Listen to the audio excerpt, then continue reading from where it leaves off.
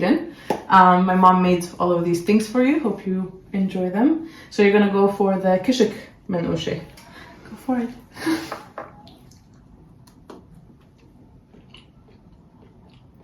You can be honest. That's really good. Yeah? It's nice. It's a weird flavor though. It's got quite a deep flavour. Yeah. It's very like hearty, earthy. Yes. Right? It's Yeah. not anything you've tried before. No. Because the kishik thing it's quite unique to the Middle East. Like nowhere else has it. So interesting. You like it? I do like it. It's yummy. Yeah? Yeah.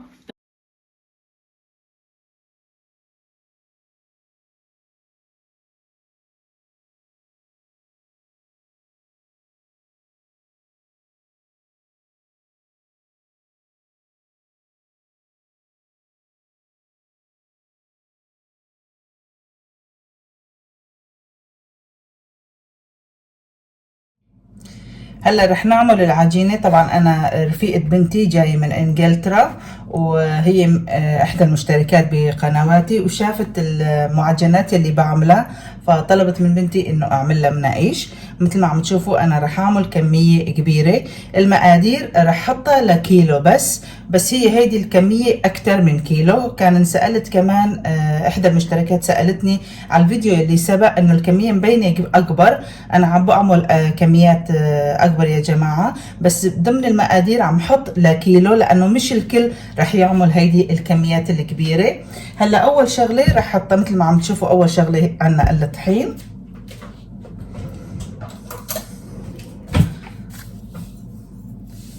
رح نحط الملح،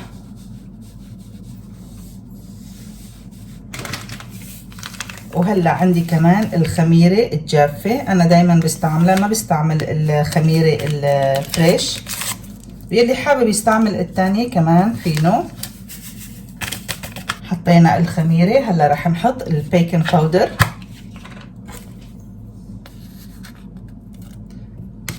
هلا رح نحط الزيت،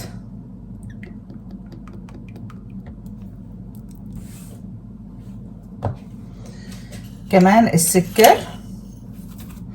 هلا رح نخلط المواد.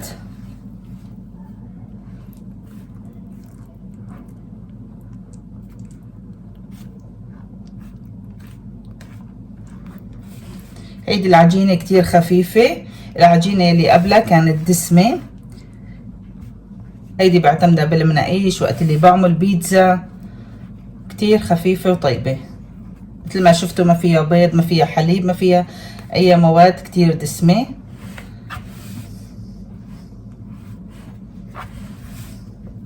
هلا المي طبعا فاتر، وما رح ضيفه دفعة وحدة. يعني المي دايما ما عم حط عياراته يا جماعة، لانه بيختلف كمية المي من طحين لطحين. هلا شوفوا كيف رح اعمل. رح اضيفه شوي شوي على دفعات، ورح اعجن لبين ما يختفي المي. بحس انه اختفى المي رح زيد بعد.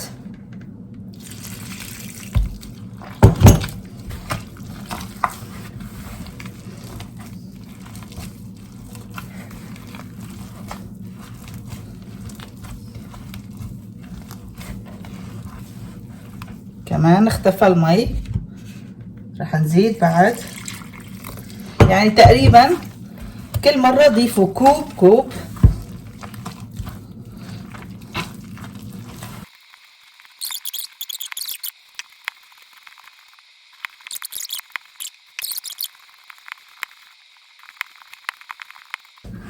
رح احط شوي على البلاطة لحتى تشوفوا العملية اضبط.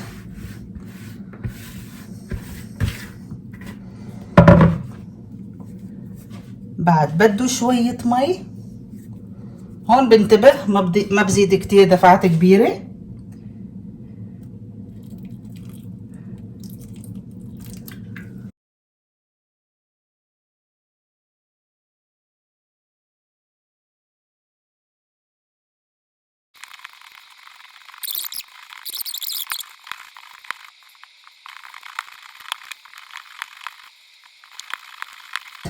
العجينة عم تصير طرية وما أحلاها. هلا نحن ليه عم نعجنها على كل الميلات؟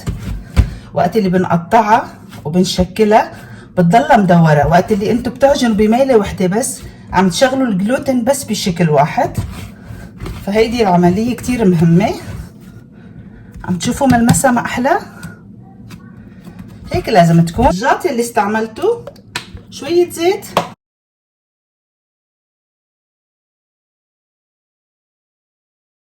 حطينا زيت فوقها كمان. هلا راح اغطيها. بدها تقريبا هيدي بما انه كمية كبيرة يعني بدها بحدود الساعة ساعة ونص لحتى تتخمر. قد ما يعني كل ما كان بمطرح دافي تتخمر اسرع.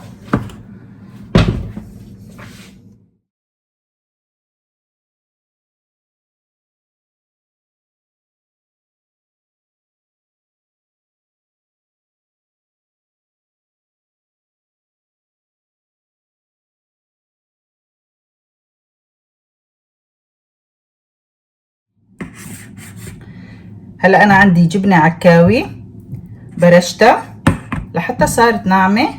هلا رح زيدها مي لحتى شوي خفف الملوحية يلي فيها. هي طيبة بالمناقيش انه تكون شوي مالحة الجبنة، ما تكون بلا طعمة، بس مش كتير كمان مثل جبنة العكاوي مثل ما عم نعرف انه كتير مالحة. هلا رح زيدها شوية مي بس مرة وحدة لحتى احس انه خففتها من الملوحية يلي فيها.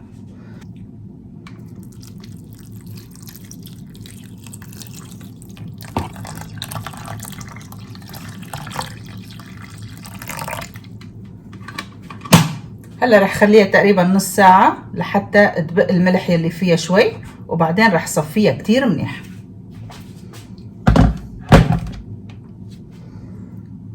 هنا الفيتا.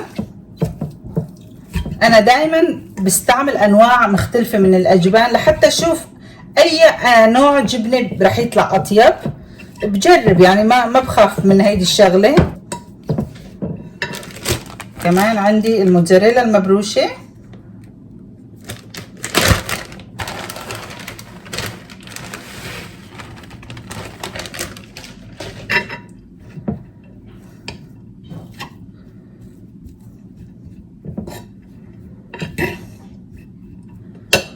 هلا رح نعصر الجبنة كتير منيح.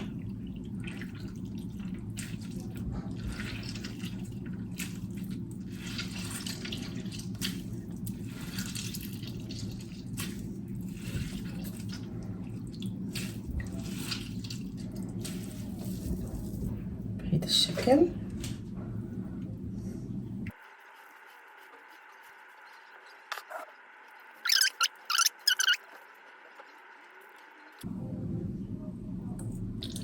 مثل ما عم تشوفوا انا صفيت الميات لانه بعد كان في جبنة بقلبهم.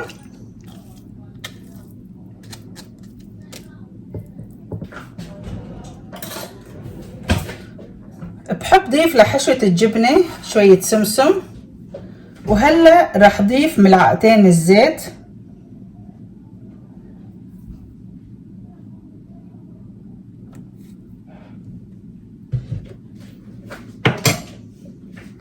ورح نخلط كل الجبنة.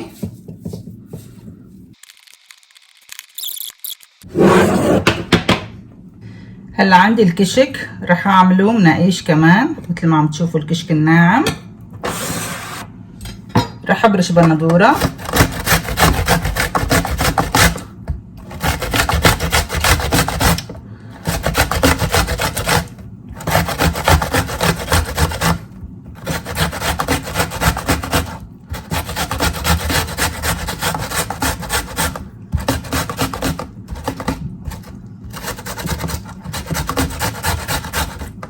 مثل ما عم تشوفون قامت القشرة.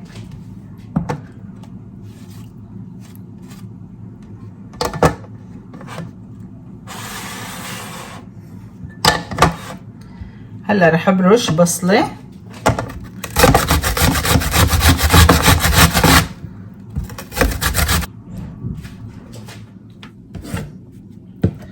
هلا عنا حشوة الزعتر.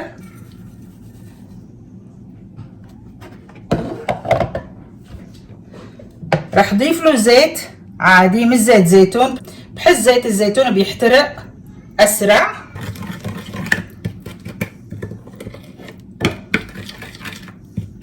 بتضيفوا الزيت شوي شوي لبين ما يتجانس ويصير بهيدا الشكل. هيدي الطعم الثاني. هلا الحشوة الثانية مثل ما شفتوا انا برشت شوي بصل مع بندورة وعندنا الكشك. هلا رح نضيف شوية زيت ورح نضيف محمرة، كتير بيلبق للكشك المحمرة.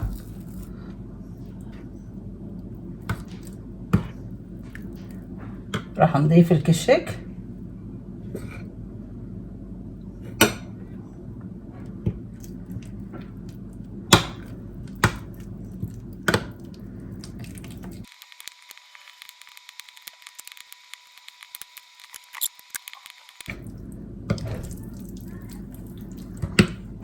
وهي الكشك صار جاهز معنا.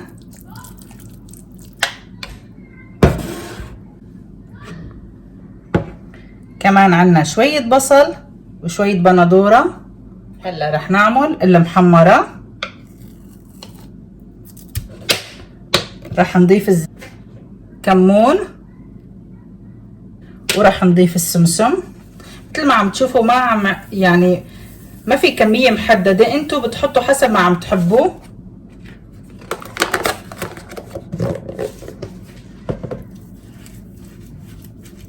هاي حشوة المحمرة كمان صارت جاهزة.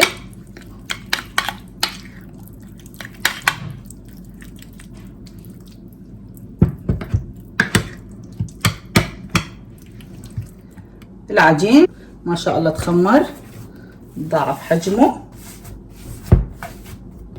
هلا رح نقطعه.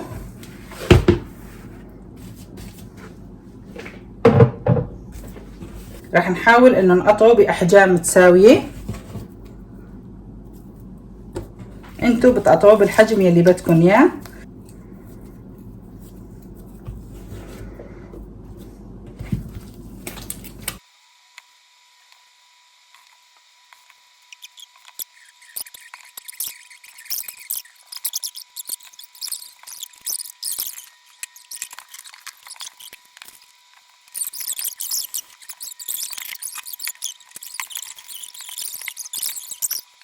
هلا رح نغطيهم، رح نريحهم تقريبا 15 ل 20 دقيقة وبعدين رح نشكلهم. مثل ما عم تشوفوا بلشت انه عم بفرد العجين. انا بحب انه شكل العجينة يعني تكون جاهزة كرمال بعدين احط الحشوات فوقها، وكل ما ارتاحت العجينة تطلع اطيب.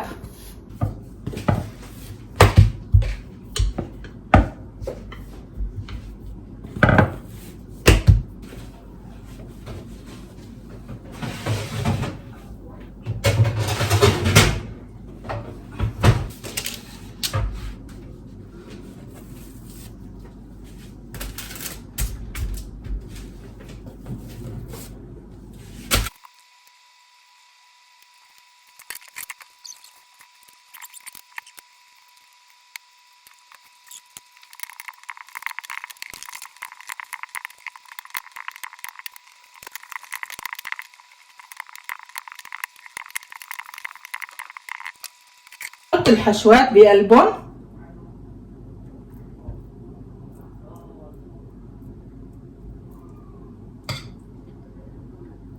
ما تكتروا كتير الحشوة يا جماعة، وما تكون كمان كتير قليلة بحيث انه ما تحسوا بالطعمة.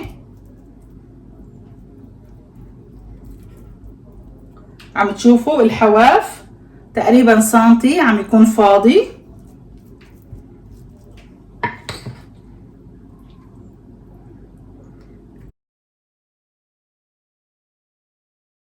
هلا حطيتهم بالفرن على صاجة تحت دغري على الأرضية، ودرجة الحرارة 250 مثل ما قلت لكم. هلا مثل ما عم تشوفوا بلشوا عم ياخدوا شوية لون من الحواف. هلا أنا هيدي رح أعليها شوي لصاجة فوق لحتى الجبنة كمان تاخد شوية لون. هلا حطينا الكشك مثل ما عم تشوفوا، الجبنة فوق بدها تقريبا دقيقة مش أكتر.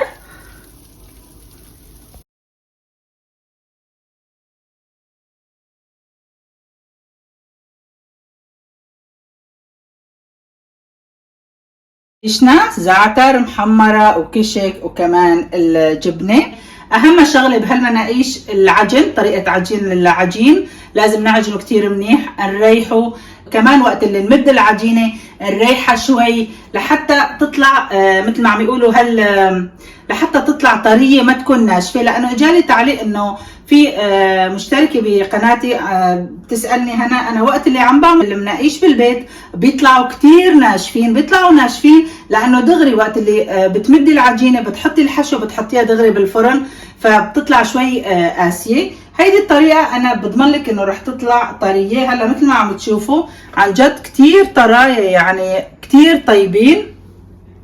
طريقه سهله، بتمنى انه تنال اعجابكم. وشغله بسيطه كمان، الزعتر دايما عجينته بتطلع اقسى من الثانيين لانه بتعرفوا نسبه الزيت فيه كتيره، والزعتر كمان بينشف العجينه فما رح يطلعوا بطراوه الثانيين.